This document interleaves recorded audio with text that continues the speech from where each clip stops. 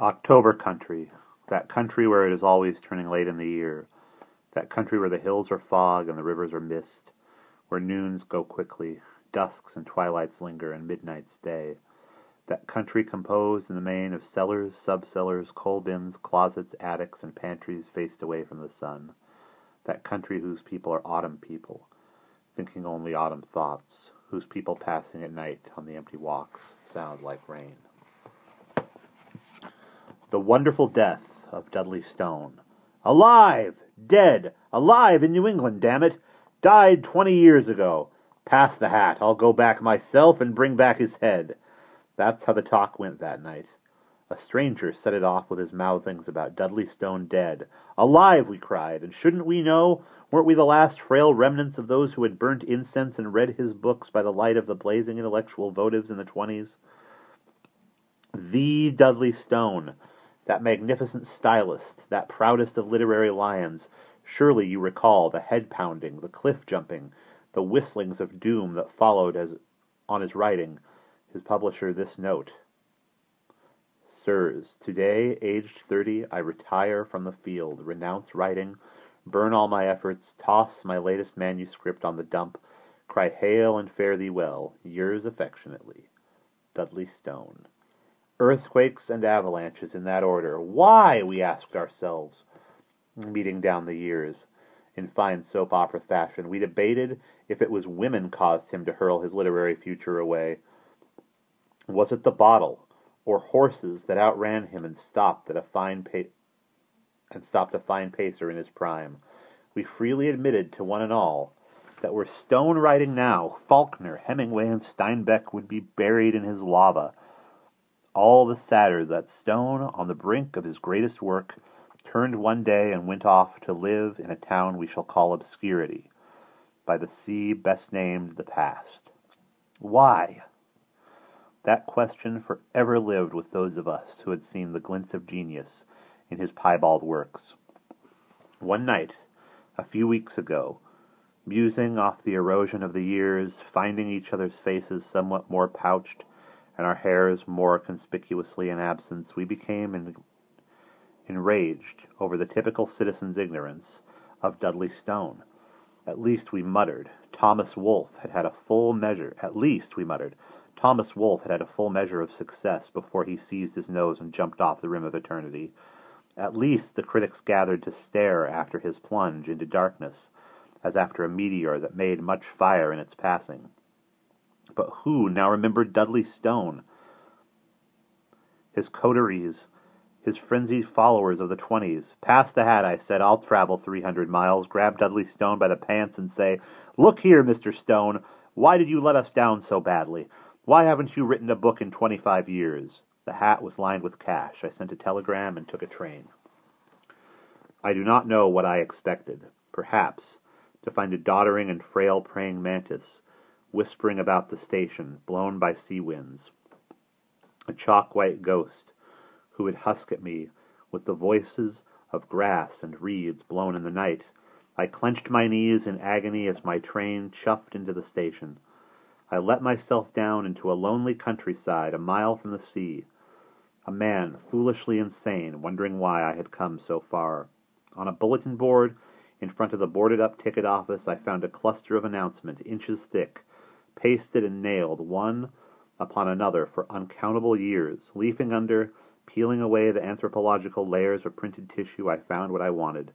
Dudley Stone for alderman, Dudley Stone for sheriff, Dudley Stone for mayor. On up through the years, his photograph, bleached by sun and rain, faintly recognizable, asked for ever more responsible positions in the life of this world near the sea. I stood reading them. Hey! And Dudley Stone plunged across the station platform behind me suddenly. Is that you, Mr. Douglas? I whirled to confront this great architecture of a man, big but not in the least fat, his legs huge pistons thrusting him on, a bright flower in his lapel, a bright tie at his neck. He crushed my hand, looked down upon me like Michelangelo's God creating Adam with a mighty touch. His face was the face of those illustrated north winds and south winds that blow hot and cold in ancient mariners' charts. It was the face that symbolizes the sun in Egyptian carvings, ablaze with life. My God, I thought. And this is the man who hasn't written in 20-odd years. Impossible. He's so alive, it's sinful. I can hear his heartbeat. I must have stood with my eyes very wide, to let the look of him cram in upon my startled senses. You thought you'd find Marley's ghost, he laughed. Admit it. Aye. My wife's waiting with a New England boiled dinner. We've plenty of ale and stout. I like the ring of those words. To ale is not to sicken, but to revive a flagging spirit.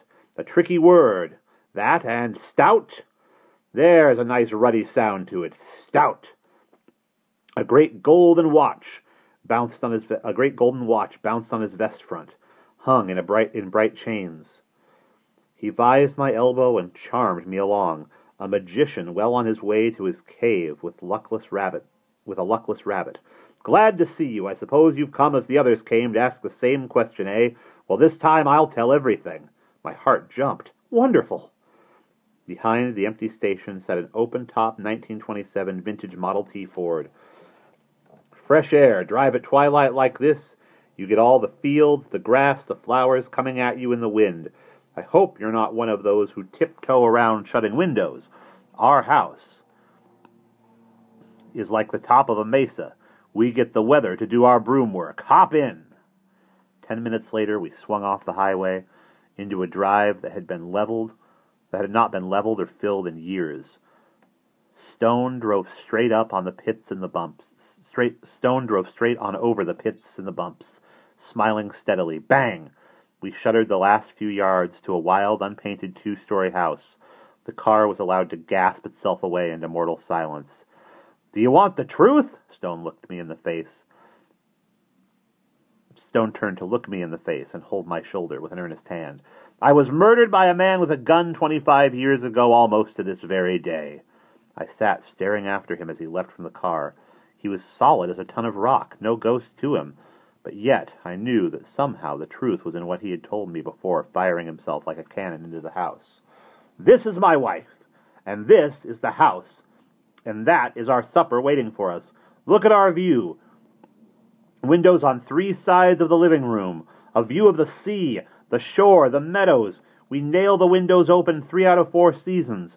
I swear you get a smell of limes here in midsummer, and something from Antarctica, ammonia and ice cream. Come December, sit down. Lena, isn't it nice having him here? I hope you like New England boiled dinner, said Lena. Now here, now there, a tall, firmly built woman, the son of the East, Father Christmas's daughter, a bright lamp of a face that lit our table as she dealt out the heavy, useful dishes, made to stand the pound of giant's fists. The cutlery was solid enough to take a lion's teeth. A great whiff of steam rose up, through which we gladly descended, sinners into hell. I saw the seconds plate skim by 3 times and felt the ballast gather in my chest, my throat, and at last my ears. Dudley Stone poured me a brew he had made from wild concords that had cried for mercy, he said. The wine bottle, empty, had its green glass mouth blown softly by Stone, who summoned out a rhythmic 1-note tune that was quickly done. Well, I've kept you waiting long enough, he said, peering at me from that distance, which drinking adds between people and which, at odds, turns in everything, seems closeness itself. Let's try that again. Well, I've kept you waiting long enough, he said, peering at me from that distance which drinking adds between people, and which, at odds, turns, in the evening, seems closeness itself. One more time. Well, I've kept you waiting long enough, he said, peering at me from that distance, which drinking adds between people, and which, at odd turns in the evening, seems closeness itself. I'll tell you about my murder. I've never told anyone before, believe me. Do you know John Otis Kendall? A minor writer in the 20s, wasn't he? I said. A few books, burnt out by 31, died last week. God rest him. Mr. Stone lapsed into a special brisk melancholy from which he revived as he began to speak again. Yes, John Otis Kendall, burnt out by the year 1931. A writer of great potentialities. Not as great as yours, I said quickly. Well, just wait. We were boys together, John Otis and I, born where the shade of an oak tree touched my house in the morning and his house at night, swam every creek in the world together, got sick on sour apples and cigarettes together, saw the same lights and the same blonde hair of the same young girl together, and in our late teens went out to kick fate in the stomach and get beat on the head together. We both did fair, and then I was better. And then I better, and still better, as the years ran. If his first book got one good notice, mine got 6. If I got one bad notice, he got a dozen. We were like two friends on a train which the public has uncoupled. There went John Otis on the caboose, left behind, crying out, "Save me, you're leaving me in Tanktown, Ohio! We're on the same track!" And the conductor saying, "Yes, but not the same train," and myself yelling, "I believe in you, John. Be good of heart, I'll come back for you." And the caboose dwindling behind with its red and green lamps like cherry and lime pops shining in the dark, and we yelling our friendship to each other. "John, old man! Dudley, old pal!" Well, John Otis went out on a dark siding behind a tin baling shed at midnight in my engine, with all the flag wavers and brass bands boiled on toward dawn. Dudley Stone paused and noticed my look of general confusion. "All this led up to my murder," he said, "for it was John Otis Kendall who in 1930 traded a few old clothes and some remaindered copies of my books for a gun and came out to this house and this room." "He really meant to kill you?" "Meant? He did! Bang! Have some more wine, that's better." Strawberry shortcake was set upon the table by Mrs. Stone. Well, he enjoyed my gibbering suspense. Stone sliced it into 3 large chunks and served it around, fixing me with his kindly approximation of the wedding guest's eye.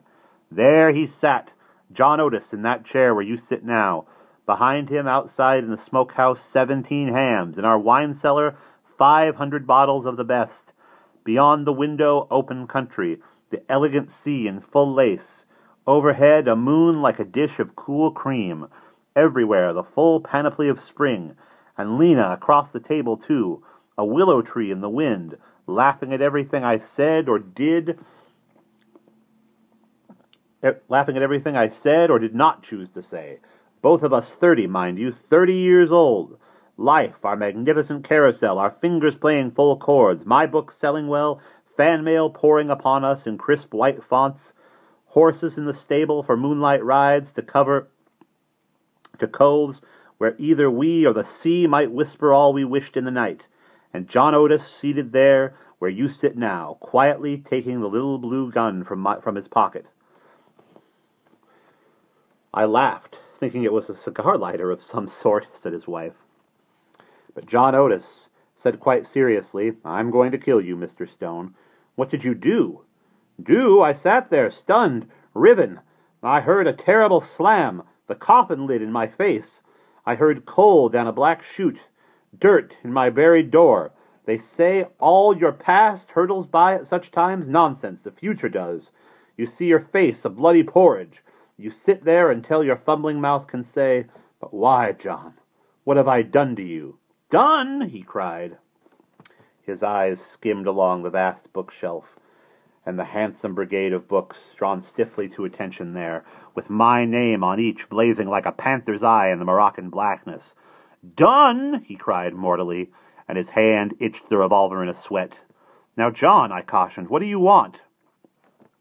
"One thing more than anything else in the world," he said, "to kill you and be famous, get my name in the headlines, be famous as you are famous, be known for a lifetime and beyond as the man who killed Dudley Stone." "You can't mean that," and there we will pause.